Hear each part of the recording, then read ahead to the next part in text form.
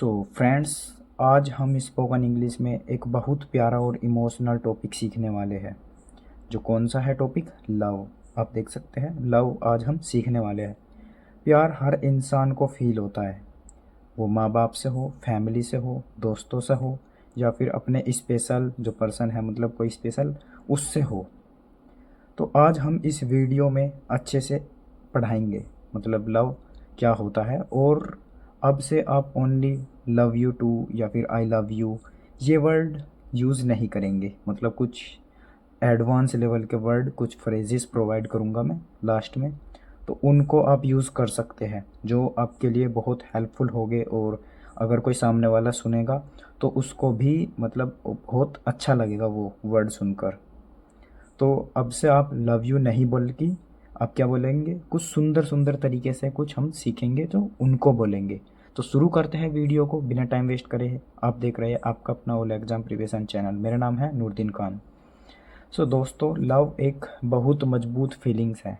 As you consider that love, love क्या है? एक बहुत ही मजबूत फीलिंग है जब किसी चीज़ या एक्टिविटी से आपके दिल है जो वो खुश हो जाए। मतलब कोई व्यक्ति है या फिर कुछ एक्टिविटी हो रही, जैसे कि कुछ कार्य हो रहा, तो अगर आपका दिल उससे बहुत खुश हो जाए और उनके बिना आप मुश्किल लगे, मतलब उनके बिना जीना मुश्किल लगे या फिर रहना मुश्किल लगे, तो उसी को ही क्या कहते हैं? लव। ये लव की डेफिनेशन है।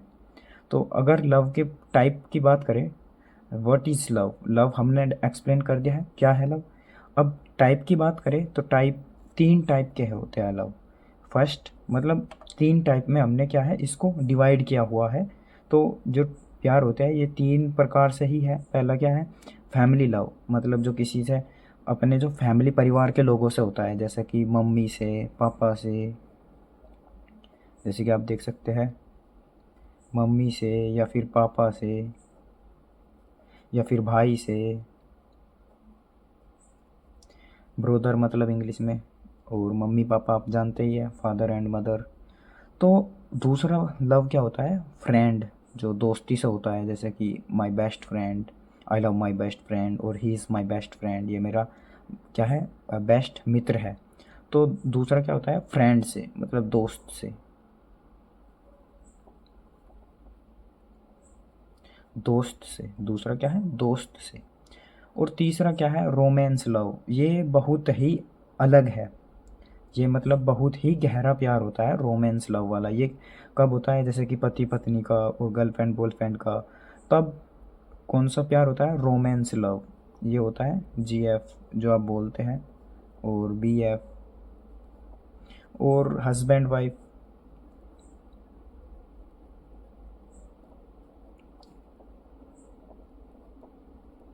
इस लव को क्या कहते हैं? Romance love. अब शुरू करते हैं आगे। और तो अब क्या होता है? व्हेन डू वी से आई लव यू, हम कब कहते हैं कि I love you? Romantic moment में, डेट पर, जैसे कि आप देखते होंगे और जानते होंगे इस बारे में। डेट पर, गुड नाइट, जब सोते हैं तो सोते समय क्या कहते हैं आप? I love you, good night. तो मतलब सोने से पहले ही कहते हैं। मैसेज में कहते हैं आप। एनिवर्सरी पर, जब किसी की एनिवर्सरी होती है तब उस पर भी प्रयोग किया जाता है। या प्रपोज़ल के समय, जब प्रस्ताव देते हैं, इंग्लिश में कहते हैं प्रपोज़ल को प्रस्ताव, यानी प्रपोज़ल के समय भी आप प्रयोग करते हैं लव का। और फैमिली को थैंक्स देने के लिए भी, मतलब जैसे बोलते हैं कि थैंक यू मम्मी, तो तब भी हम लव का प्रयोग करते हैं। I love you mummy, thank you for me और फॉर समथिंग।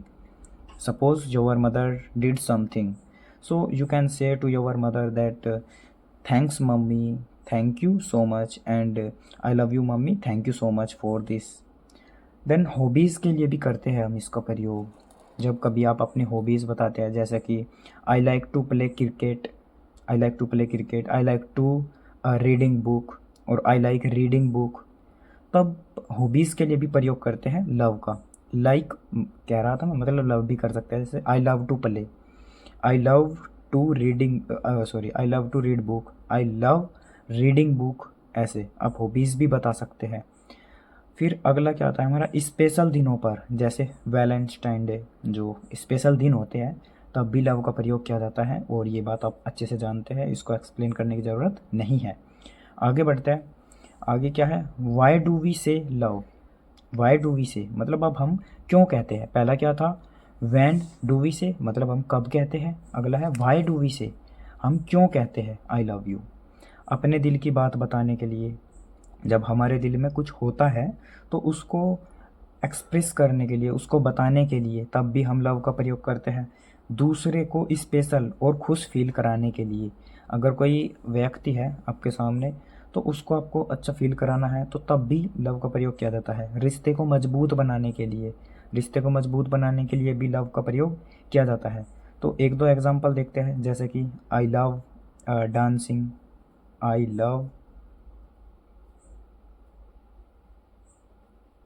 लव डांसिंग, और जैसे कि I love to go there.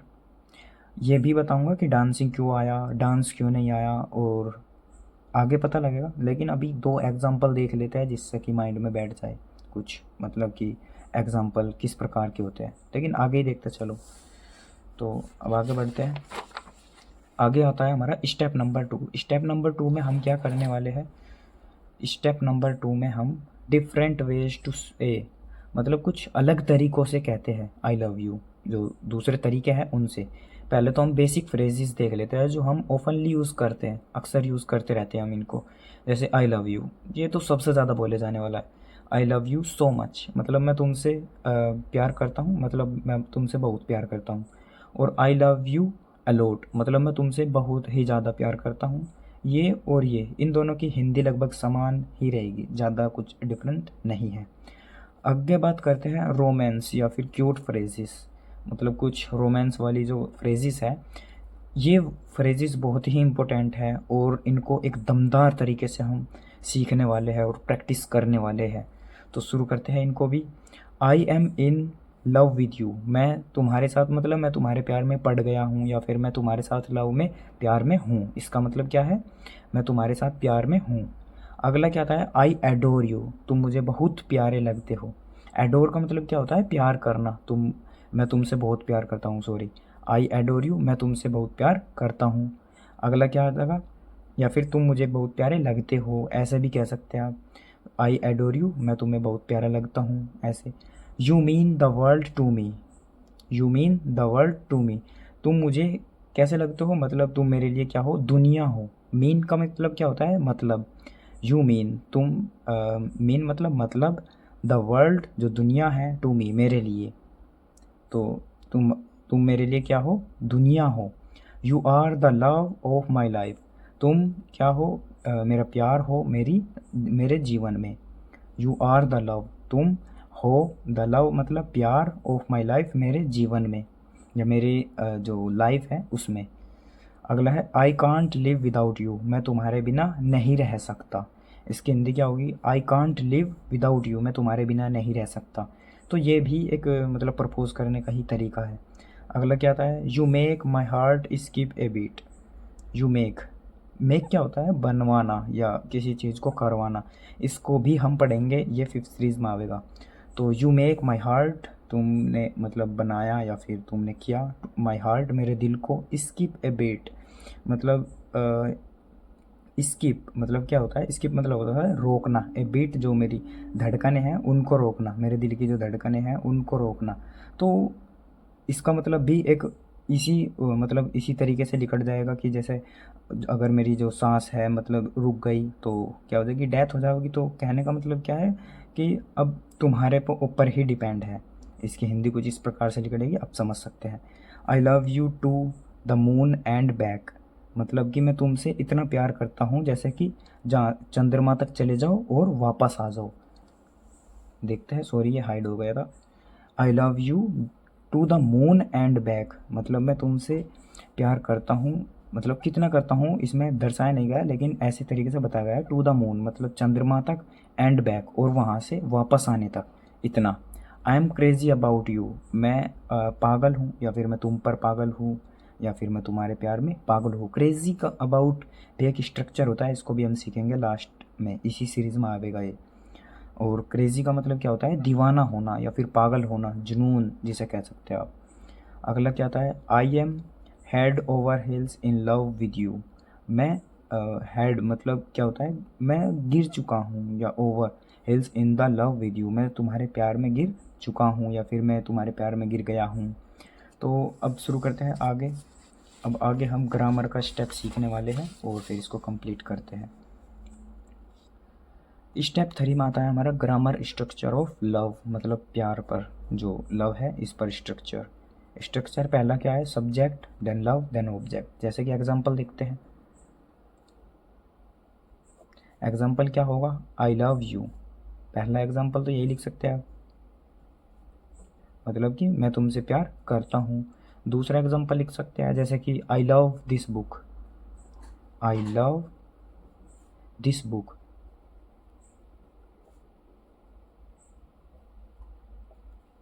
I love this book. फिर लिख सकते हैं आप I love to read newspaper. और I love to learn spoken English. आप लिख सकते हैं I love to learn spoken English.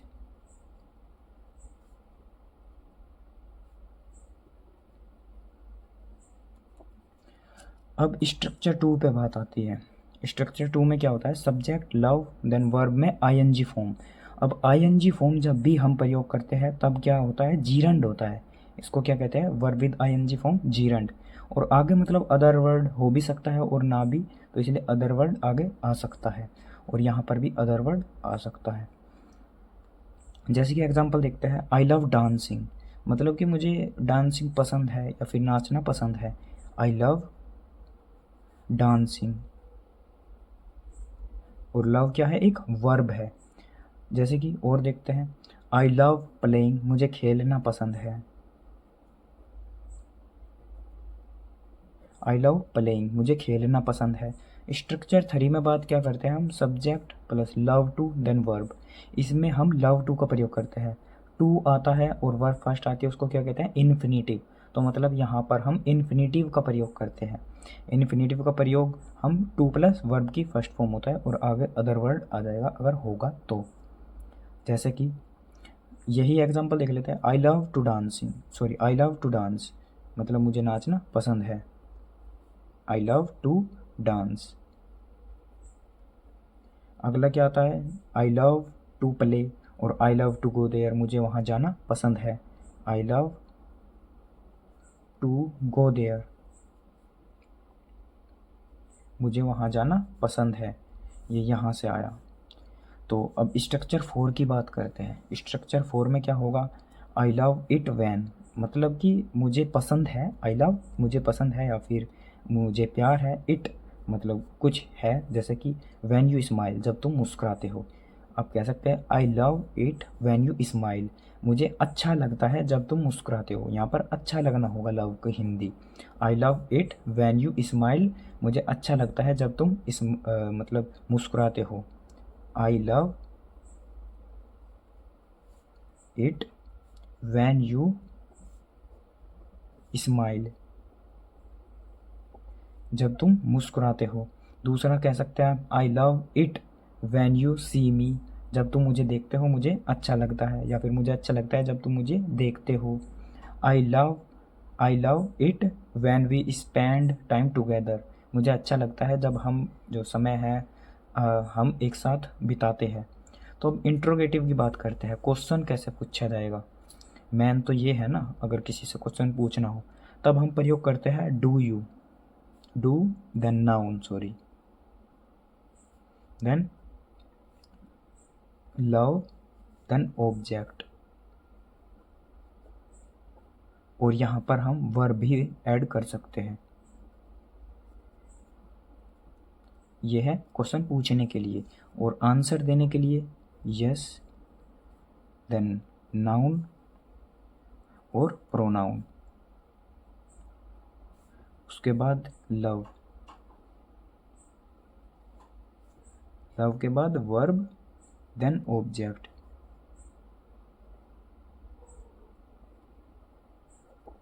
Verb के बाद ऑब्जेक्ट। फिर आता है नो देन नाउन, फिर प्रोनाउन,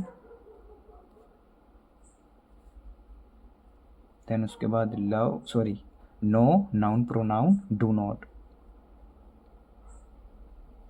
डू नॉट के बाद वर्ब, वर्ब के बाद ऑब्जेक्ट। या फिर जो अदर वर्ड है वो।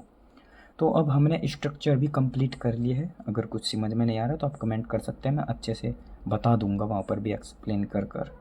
तो अब कुछ एग्जांपल देखते हैं, जैसे कि मतलब कुछ क्वेश्चन वर्ड मतलब क्वेश्चन पूछने से क्वेश्चन वर्ड की भी प्रैक्टिस करेंगे हम। जैसे कि do you love to go there, क्या तुम्हें वहाँ जाना पसंद है। आप पूछ रहे हैं, आप बता नहीं रहे। Do you love to go there, क्या तुम्हें वहाँ जाना पसंद है, या फिर मतलब प्यार अच्छा लगता है आप कह सकते हैं। तो yes I love to go there.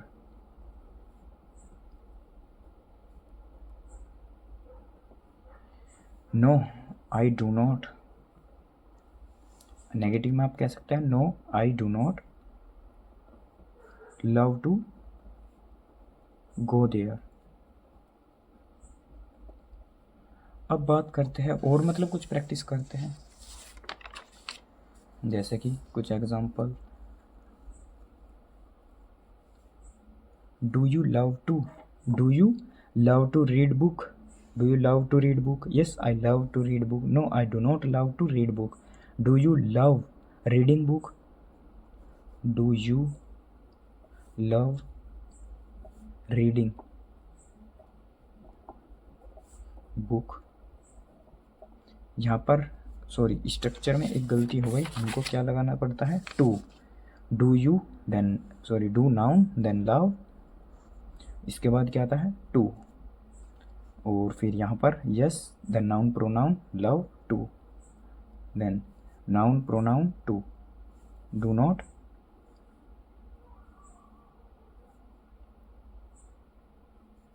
Not के बाद लव देन टू, उसके बाद वर्ब अगर होगी तो आईएनजी फॉर्म टू हटा देंगे, टू रिप्लेस कर कर आईएनजी फॉर्म लग जाएगी। यहाँ पर एग्जांपल हमने ठीक देखे टू के साथ। तो अब शुरू करते हैं फिर से। Do you love reading book, yes I love reading book. अगर आप पॉजिटिव कह रहे, अगर नेगेटिव कह रहे no I do not love to reading book, और सॉरी टू रीड बुक, और yes I love reading book. Do you love to shoot video, yes I love to shoot video, no I do not love to shoot video। do you love to edit video, yes I love to edit video, no I do not love to edit video। So friends, इस video को हम यहीं पर समाप्त करते हैं।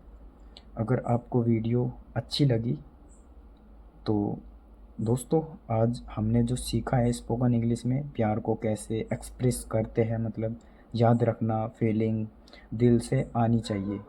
याद रखना मतलब जो फीलिंग है वह दिल से आनी चाहिए।